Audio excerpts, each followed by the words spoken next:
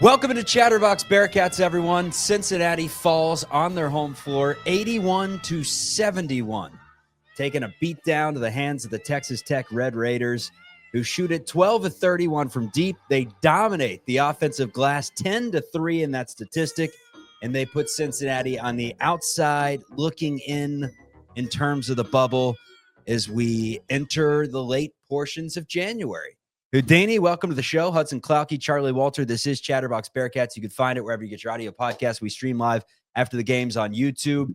And this has become way too reoccurring of a theme. Walking out of Fifth Third Arena cold, walking out of Fifth Third Arena sad, or in the case of me and you, sitting in our basement/kitchens, disgusted with what we saw. And I mean, Cincinnati shot at 51% from the floor. They attacked. But when it came down to it, this was supposed to be a really good rebounding team, and they got manhandled on the glass in their home gymnasium. How do we feel, Houdini? I think I know the answer, but let's summarize that in one word. You just had to – I'm not doing it in one word, Chuck. This is a podcast. We're going for a while here, okay? So you're just not a serious basketball team if you don't win this game. This could have changed the trajectory of the whole season. We said we were calling this a must-win. You win this game, all of a sudden you're 3-4. You're right back in the mix. You finally get a damn quad one win at home. And no, we didn't. I mean, we saw flashes offensively, like you said. What happened to our identity being a defensive and a good rebounding team? They threw all of that out the window. I mean, we got bullied, and I know it was 10-3 offensive boards, but it was 10 in the worst spots ever. Like, we would get it down to great defense for 29 seconds. They'd shoot a bad three. We'd give up 3 offensive boards, and they'd hit a 3. It was just in the worst timing. It's like the toughness is gone. The arena was dead. It felt like we were on a damn golf course out there from what I heard on TV. So it's just a really tough spot to lose this game. If you're a serious basketball team, you beat Texas Tech at home. You just do. Here's the disgusting thing about all this. One is Xavier's picking up steam. They're potentially in a better position to make the NCAA tournament than us. Don't look now, but that's a serious thing. So to all the Bearcats fans out there that were saying, we want Xavier to win for our NCAA tournament resumes. Well, you've been rooting for a team that may just make the tournament, and then they have more ammo on us, which is disgusting. But let's not bring up little brother down the street's name for the rest of the show.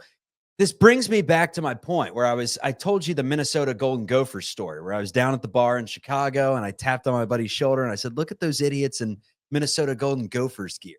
Who the hell cheers on the Golden Gophers? And that fan or that friend that I was with, who's also a Providence fan, told me, dude, you cheer on the Cincinnati Bearcats. Who the hell do you guys think you are? He texted me today and he said, I found a get rich quick scheme. I just bet against Cincinnati every single game and I don't even sweat. And he's right, man. I mean, if you're fading the Bearcats right now, good for you, because it seems to hit every single time. Here was the story of the first half. 42 points from Texas Tech. CMOS didn't take a shot in the first half. If I would have told you that Texas Tech had 42 in the first half and CMOS didn't take a shot, what would your answer have been? We're getting killed. We're getting murdered out there. Wasn't the case, man. Wasn't the case. They went nuclear from 3. Granted, we weren't even attempting to guard the 3-point line for some of those. They were just walking right into them. Like, dude, we just saw them make 5 in a row, maybe get a hand up. But yeah, our offense kept us in the game in the first half. We were only down 4. I actually felt pretty good. And then right when we started the second half, they just started banging back-to-back threes. We lost a little bit of a step offensively, and then it was downhill from there, man. All right, the link to join the show is in the chat. If you want to click on that thing, you could pop in backstage. We'll bring you in, make this interactive, hear everyone's gripes, and there are plenty of them right now as Cincinnati falls to 2-5 in the Big 12. This felt like a must-win game, and must-win is so cliche. It's so overused because we said Colorado was must-win. We said Arizona State was must-win.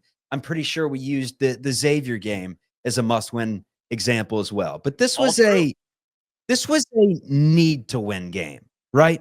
On your home floor against a team that you think you're about as good as, or before this game, we thought we were about as good as. This was a game that you just needed to prove to the Bearcat faithful, to prove to the podcasters, all right, maybe we should give Wes Miller that apology, you know, and maybe he should be saying thank you to us because this team is legitimate, and it doesn't feel that way, man. I know that there's a lot of season left to go. There are plenty of winnable games. 500 could potentially get you in there with the way the NCAA tournament's structured nowadays. But there's only so many opportunities for quad one wins on your home floor. And Cincinnati pissed them all away. I mean, they got Baylor in February, and that's about it. Aside from that, what this loss does is it makes road games at like Houston and road games at Iowa State, it makes one of those a must win in order to not sweat on Selection Sunday, or else it's going to be sweaty March, which at this point, I'll just take sweating in March. I'll take sweating in February at this point. I mean, it doesn't even feel like we're going to be sweating, and it's January 21st. With that being said, this also makes that Baylor game at home pretty much a must win, right? You can't lose every single quad one opportunity at home and expect to get the invitation to the big dance. We've got a lot of quad one wins still in front of us. Are we going to win them? I just don't know if this team is good enough, man. I really don't. Like, I think we're just going to be battling for a NCAA berth at best. I don't know if we could ever go make a deep run in March. I mean, we just got to get to March.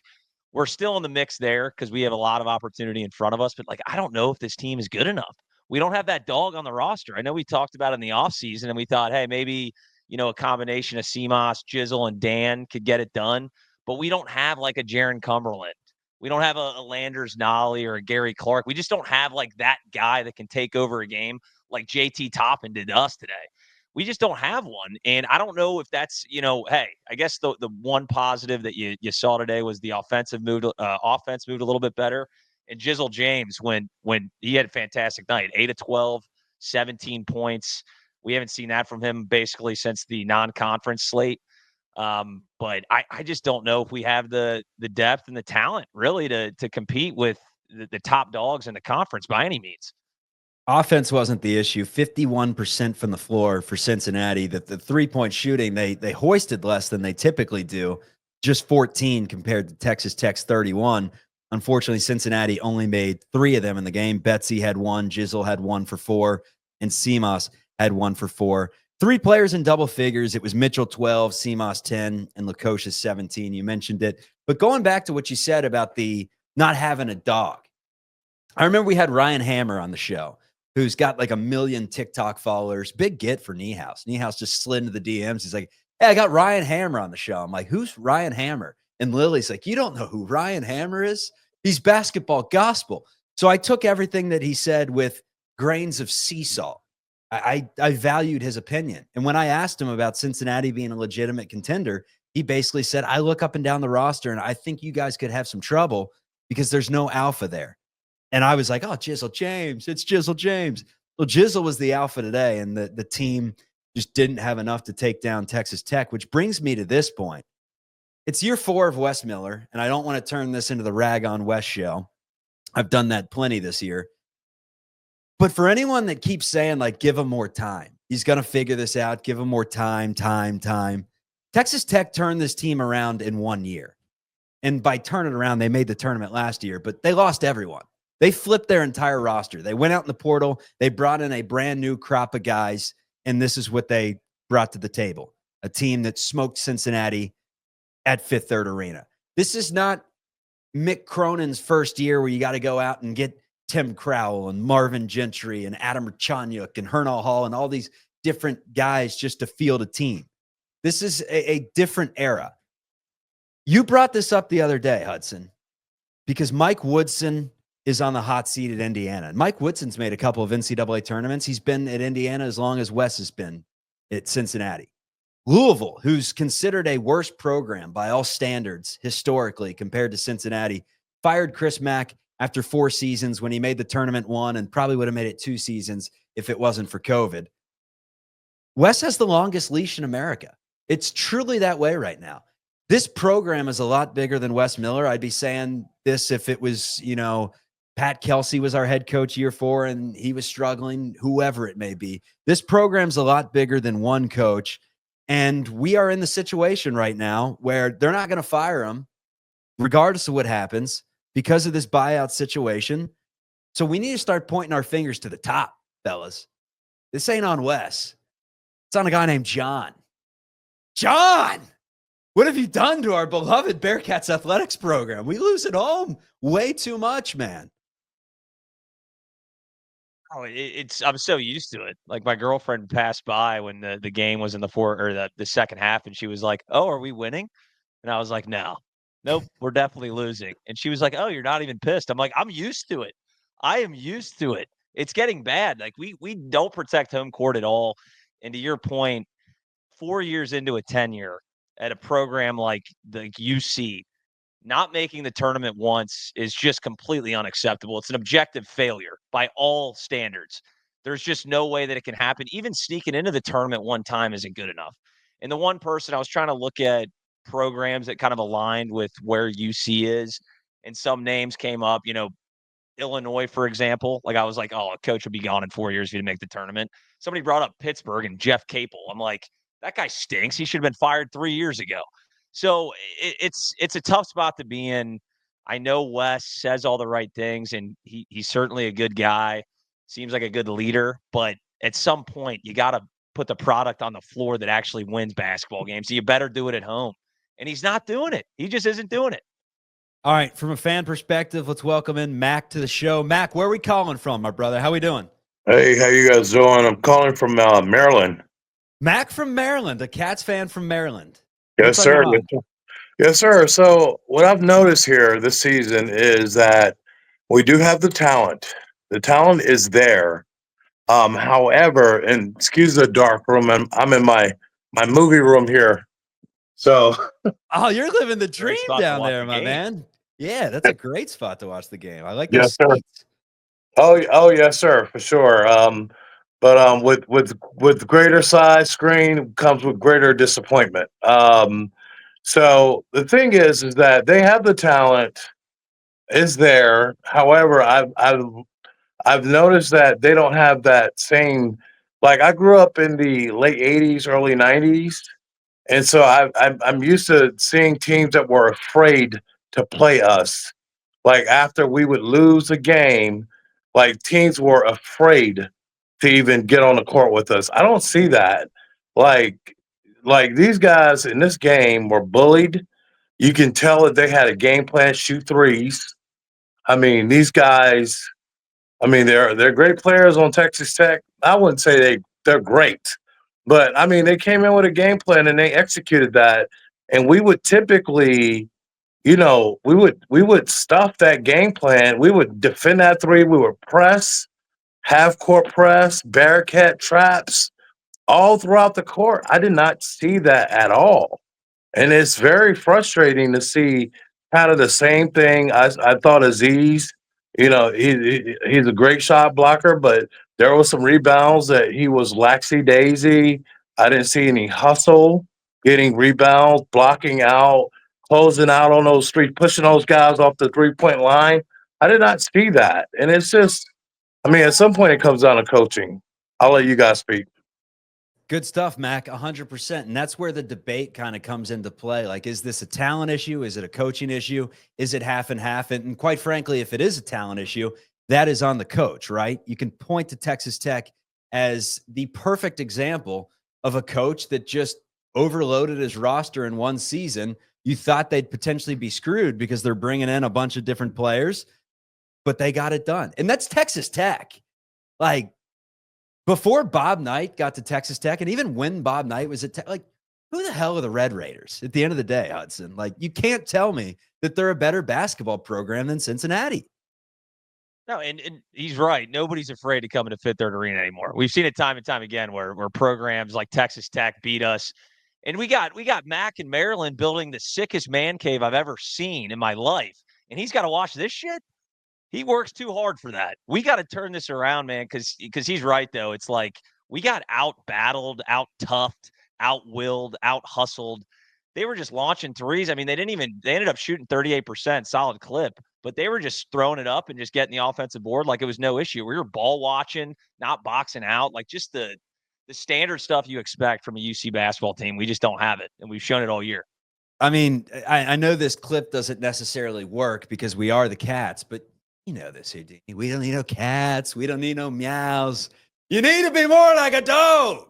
Bo's in the back barking. I got to shut Bo up. Let's welcome in Jake. Jake, where are you calling from, Jake? Calling from Golden, Colorado. Colorado. Wow. We got Cats fans from all over the country. What's on your mind, Jake?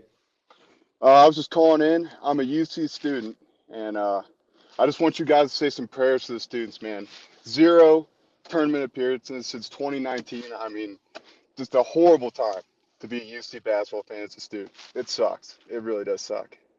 Dude, and that's the thing, like attending these games or talking to the other students around the campus, like there's still a lot of buzz, which is why I believe that this is a top basketball program and not just like pointing to the past like a USF Dons does or a St. John's does, although St. John's is all right now. But one of those programs that points to 25, 30 years ago, like this program kind of sucks right now. Like we haven't been good in a while. Even when we were in the American the last few years, we weren't winning games.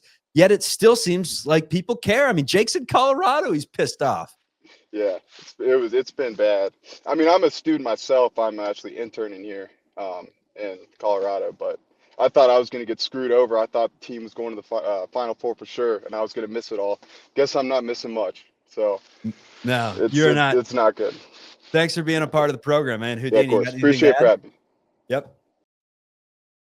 No, I mean, a lot people have given some flack to the student section for not being fired up enough, and I didn't even think about it like that. He's right. People have been there for 4 years. They're going into their senior year and they haven't seen a tournament appearance. That's tough, man. So yeah, thoughts and prayers to the student section. But, I mean, this was a program that was ready to run Mick out of town. Run Mick out of town for losing in the first round, sometimes the second round as a 7, 8 seed, whatever it may be. And granted, Mick had 10 years and lost games, whatever it may be. This is year 4.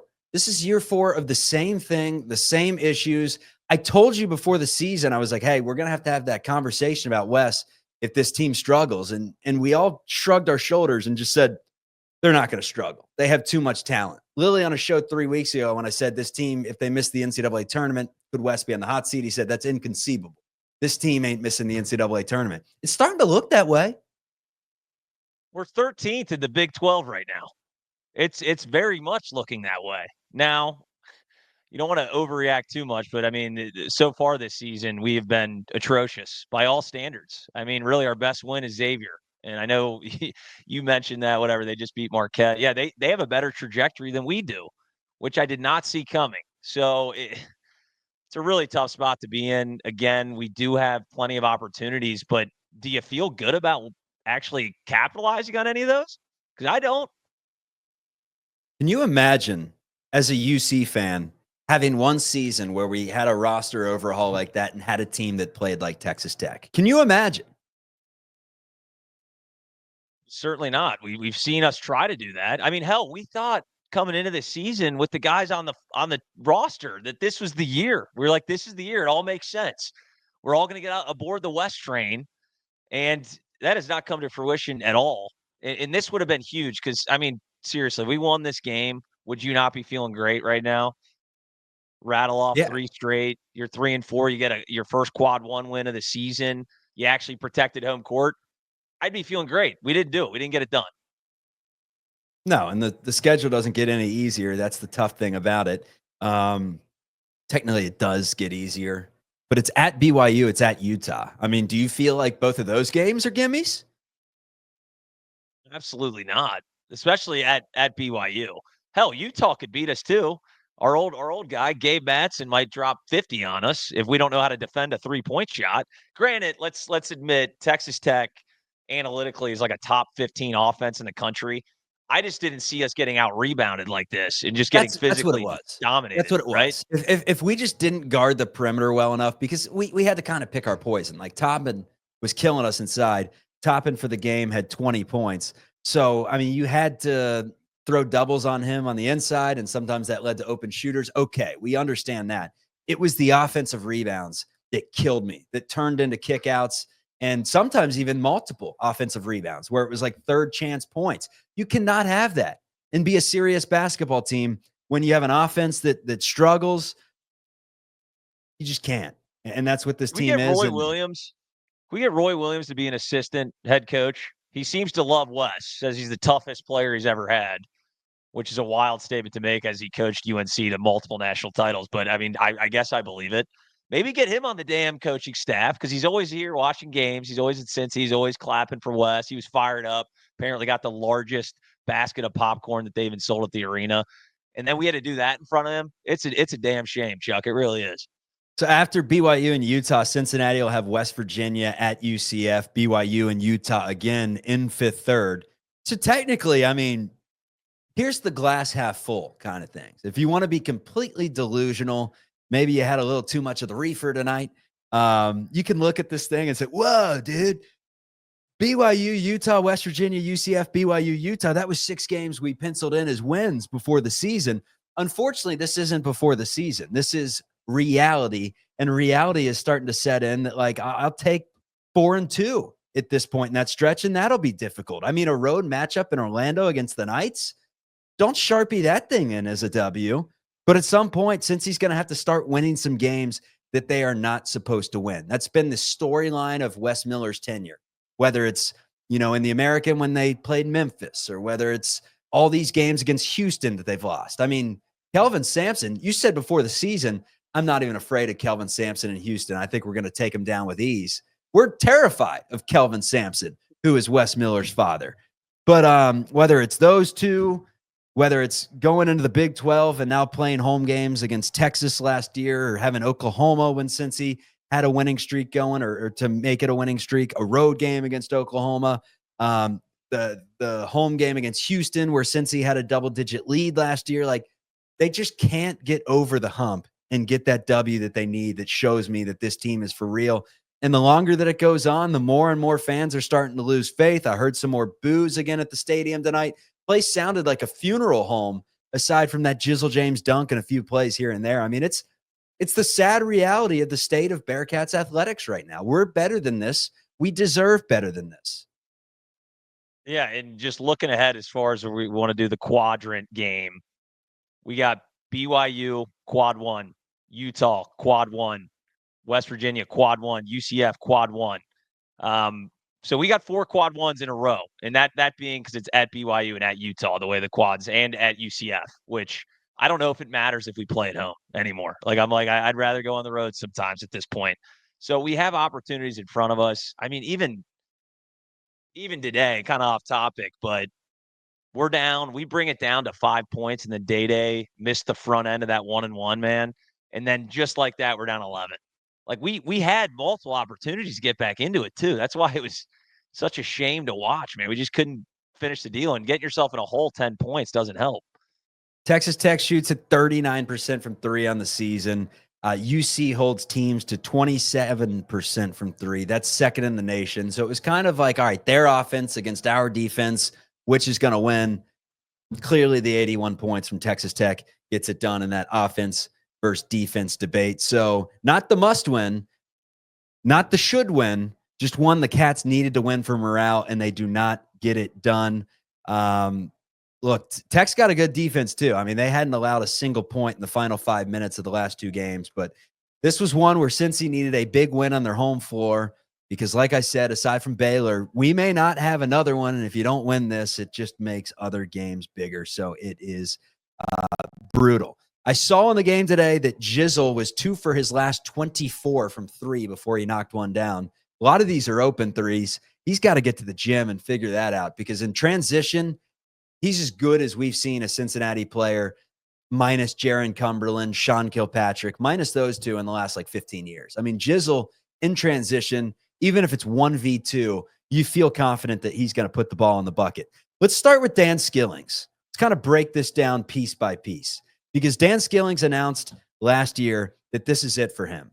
He's heading to the association after this year, and we were all just so excited that Dan came back that we overlooked the fact that he proclaimed he's going to the NBA. He had 5 points today, 5 rebounds in 26 minutes, 2 of 6 from the floor today. Dan Skillings is coming back to Cincinnati next year. He's playing in Europe. I hate to break it to him. Oh yeah, no, he's nowhere close to NBA ready. Not even he'll close. Be playing in Shanghai or something if he wants to go pro, which is fine. I'm sure UC will be able to offer him more money. So I mean, I guess you could look at it that way that Dan Skillings is probably going to come back. But I don't think he hasn't really been great after that injury, to be quite honest. He went nuclear from 3, which made his stats look a lot better than I think they really were. And then we saw him come down to earth here recently. He had a couple really bad misses from 3. I was almost laughing out loud at one of them. He didn't even come. It was like 4 feet off. And yeah, he looks sloppy today, man. 5 boards, 5 points. Usually, no matter what, Dan Skilling's on the floor is a net positive, but I didn't see that tonight at all. Elite Bearcat fans saying, can't surrender on the mental, even with the weed insult considered. Hey, that's not an insult, man. That's positive living. Anything that gives you the rose-colored glasses to look at that schedule and think that we have some wins, sign me up for it. Sign me up for it. Jason says Dan is about as dumb as Aziz testing NBA waters last offseason. This is what it's become to. We're attacking our own guys now, Houdini. That's where we stand as Cincinnati Bearcats fans, unfortunately. But I'm going down the list of guys on this team, and it's not good enough. Page had some decent minutes today offensively, but I thought there were a few moments where he did not put a body on, I think it was Toppin, and they got boards, and they kicked it out, and they hit threes, and that's something I want to see more of. He was watching. He was ball watching, dude. He wasn't boxing out for shit, and he did look – you can look at it that way, too. Ayrton Page actually had a number of nice moves to the basket, which we desperately need. And then he lost it all, basically given second chance rebounds on the defensive side of the ball. So then Wes was like, you know what, screw it. Let's get Aziz back in.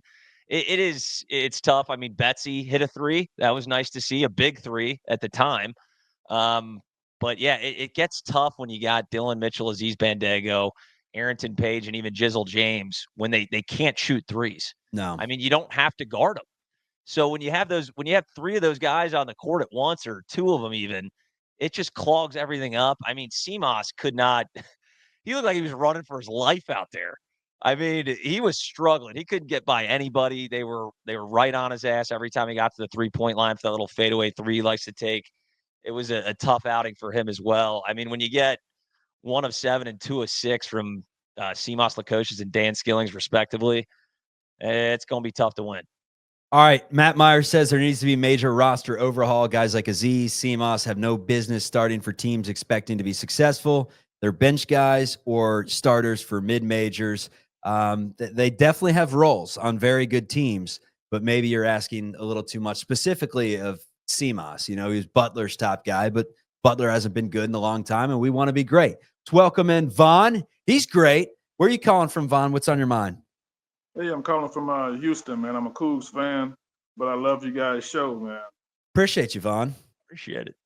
I'm going to tell you what's missing from these guys.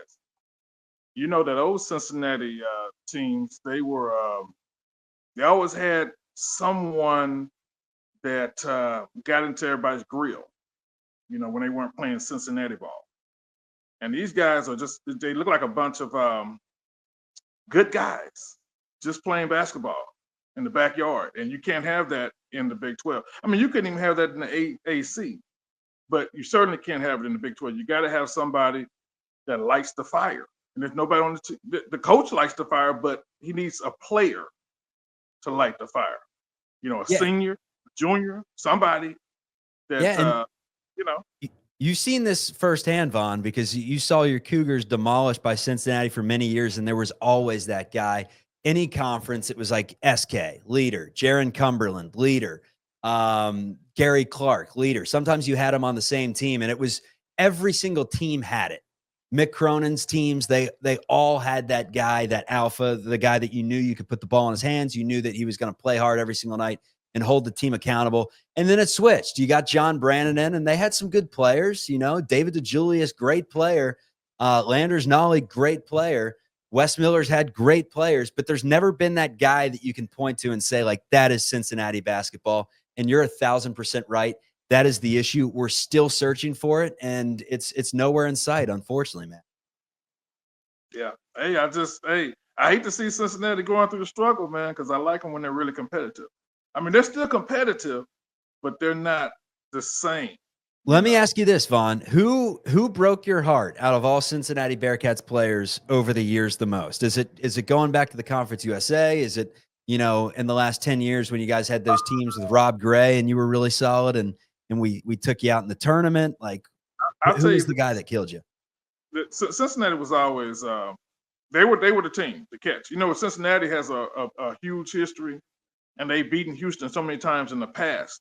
And they kept saying it on their broadcast, Cincinnati's 30-1 versus U of H and all this kind of stuff. So anyway, the guy that really used to make me mad was Cummings, Jared Cummings.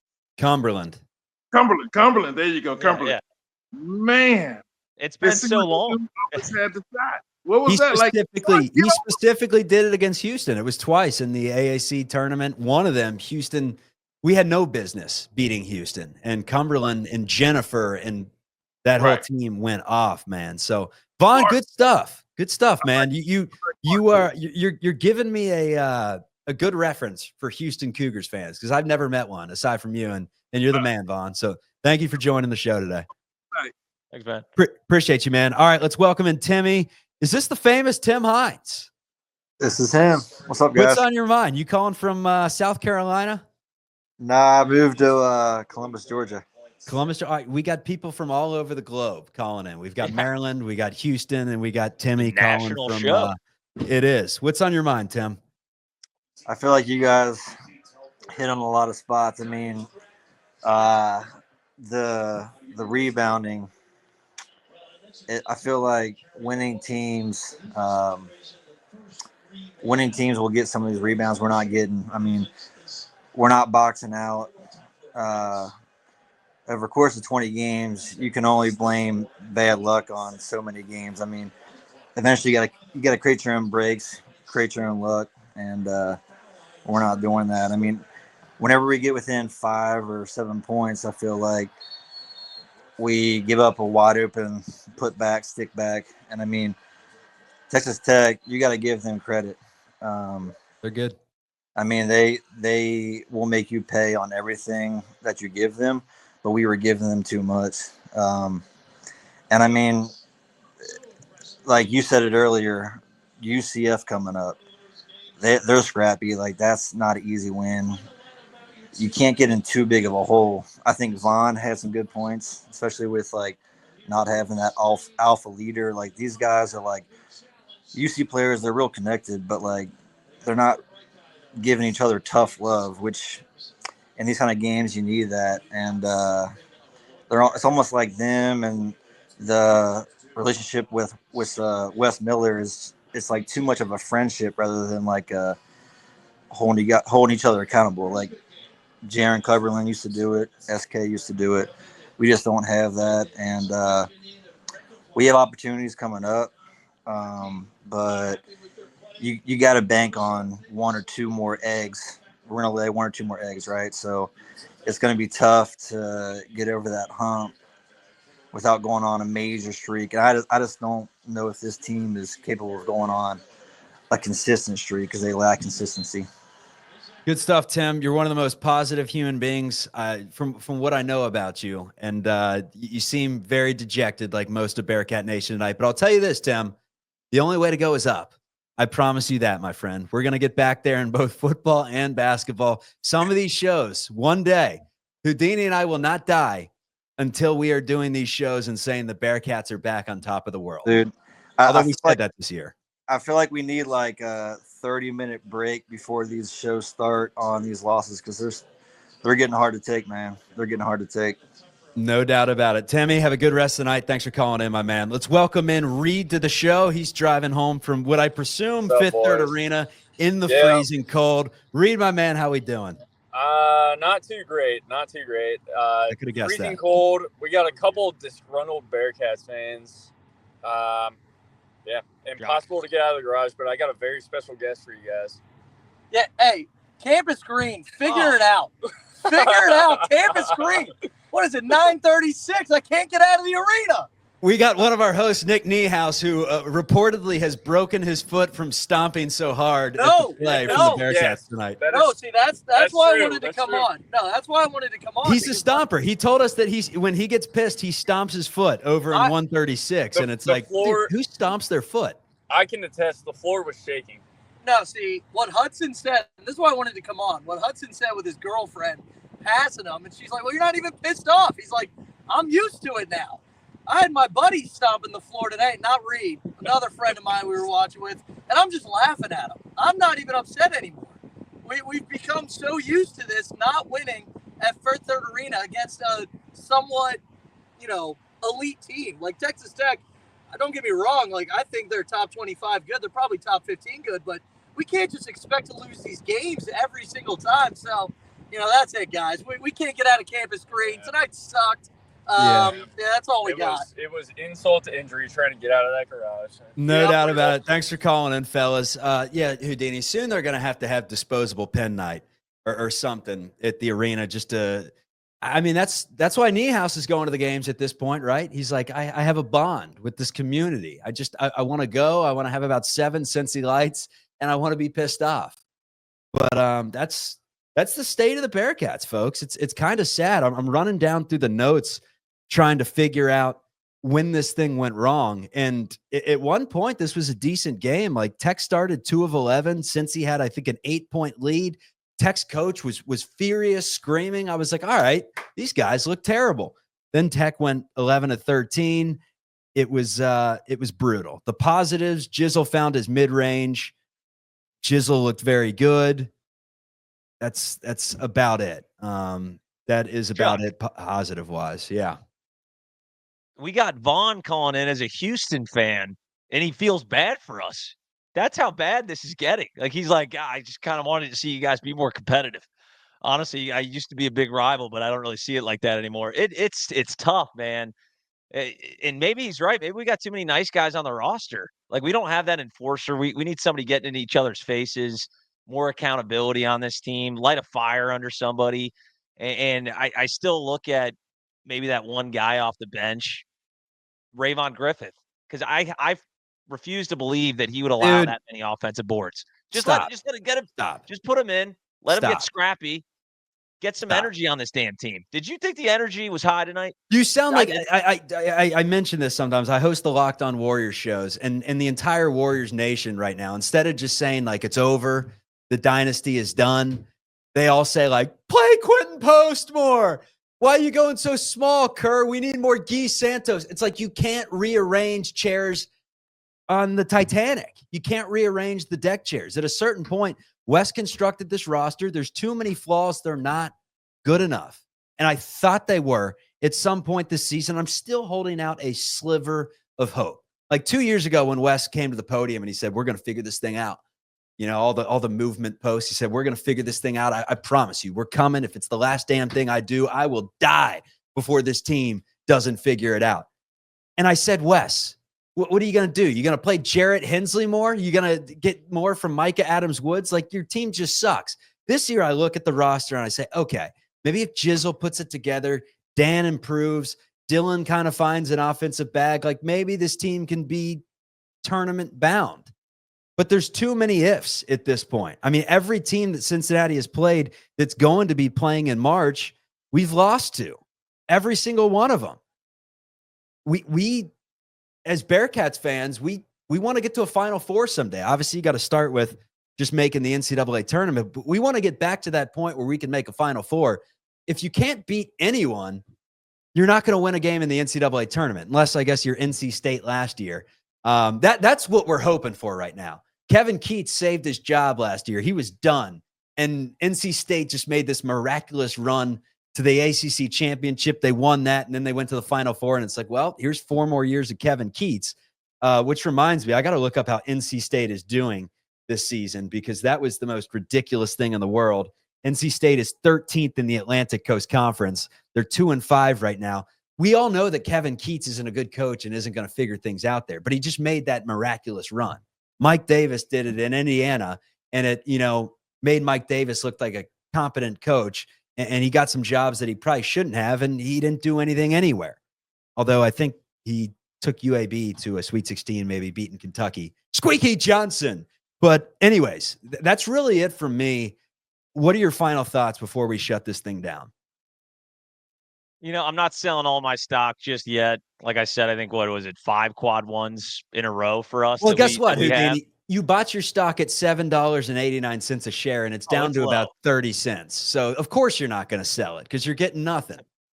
Yeah, it's a penny stock right now. But hey, I've seen companies almost go bankrupt, and all of a sudden you're swimming in cash. Okay, Have you? so it's very rare, about 1 in 1,000. But when you look at, you're right. We haven't beaten any good team. We've beaten all our quad two. I think we're like 8-1 with that loss to Kansas State. We're 0-5 in quad one wins.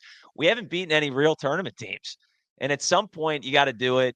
And we got plenty of opportunity left. But yeah, we are trending massively down. This was a really tough one. And to Matthew Myers thinking I was drinking a Twisted Tea, this is actually a Trader Joe's seltzer. That's how bad this is, guys. I'm drinking a blue raspberry lemonade seltzer from Trader Joe's. No alcohol at all. But I might need to take a pull of bourbon or something before I get some rest tonight, because this is not fantastic at all. This is pretty sad. We look soft too. I opened up the season. It was a party for the Bearcats after Alabama State. After Wes is saying that everyone should get their money back and it was the most disgusting performance he's ever seen, I was still cracking Miller Lights. You haven't seen me crack one in weeks because it's just, I don't even have the motivation to crack one for this team right now. And I had the champagne ready to go today for this 3-game winning streak. I told you, I'm going to pop it. This was the champagne that was supposed to be popped last year after we beat Xavier at Centos. We didn't do it. Then we were going to pop it if we beat Houston when I think they were 1 or 2 in the country. They didn't do it. We were going to pop it if they beat Kansas on the road. They didn't do it. So I asked you this year when they beat, I think it was Dayton. I was like, should we pop it? And you said, no, we got to wait for one. And we're still waiting for it. And tonight was going to be the night where I popped mine. I had it ready to go, and can't pop it after an L. Maybe we just do it BYU. It'll be midnight. It'll be technically a quad one win. Maybe that's where we're at as a program. The bar set so low that we pop champagne for a road win at BYU. Maybe that's the reality. Well, is that a quad one win? I mean, at this point, that's worth popping champagne for. Those things are hard to stack up. That's what I'm saying. No, at BYU's quad one, at Utah's technically quad one. There's no way at Utah's quad one. Yes. There's no way. Yep. Yeah. They're so 70. They're 73rd. Okay, so here's the plan to the season, because Cincy has shown that they can beat the trash teams in the conference, and I believe that Utah is trash. So let's just start stacking up wins on the road against teams that are not better than us, UCF being potentially one of them, and let's just get like 5 quad one wins to where when our resume pops up on Selection Sunday, in that pre-show, every single college basketball fan out there in America sees the question mark, the blind resume, and they're like, that team shouldn't get in. That's a garbage resume. Their best wins are at Utah and at BYU, and a home win over Xavier, and a road win at, Oklahoma State, and whatever it may be, a home win against West Virginia. Let's just be that team. Let's just get in ugly. Let's win some of these games that we're supposed to win. But here's the deal, Hudson. BYU, I don't like using the words must win because we've used it so much this season. This is actually legitimately a must win game. If you lose to BYU and you're 2-6 in the conference, it's over. It's over. Off the rails. It's over. Oh, it's completely off the rails. If they lose at BYU, which is a very losable game, don't get me wrong. Losable. We're going to be underdogs. I love how I'm looking at this schedule now, just going, God, that is very losable. I'm not even looking like that's a winnable game. I'm like, that is a very losable game for this team. But yeah, it is Armageddon. If we lose at BYU, I mean, we're done. I mean, we are toast beyond belief. And then we're talking about finishing in the bottom 5 of the Big 12, which we were picked to finish, 6th? Yep. Jesus. We were a hot pick, man. The analytics loved us. I think we got up to top 15 in the country, top 10 in the country at one point in the net rankings. Let's do a Wes Miller watch on Twitter. This is a new segment where we go up and down the Twitter airwaves, and I'm sure there are a lot of angry comments, which is a good thing because it means people still care. We had Keith Williams, Bearcat legend, on the show a couple months back, and he said that year, his senior year with John Brannon during COVID, where there were, 10 fans in attendance, he said that he used to check in on the pulse of the nation after losses on Twitter. And he was like, no one even cared. I'd search Bearcats and it'd be a post from 2021. Although this was technically in 2021, but you know what I mean. 2019, there was no one talking about it. So We got Roy Williams looking all pissed off with the score bug saying that Cincinnati's down 7. It says Roy checking in on Wes Miller and the Cincinnati Bearcats. We have coaches looking for no, that's actually positive words. No, Bearcat Journal is not going to be talking anything. Corey Wimmer says Wes Miller against any basketball team with a pulse, giving the choking emoji. We have from the Hoop Herald, Wes Miller on the issues defensively today.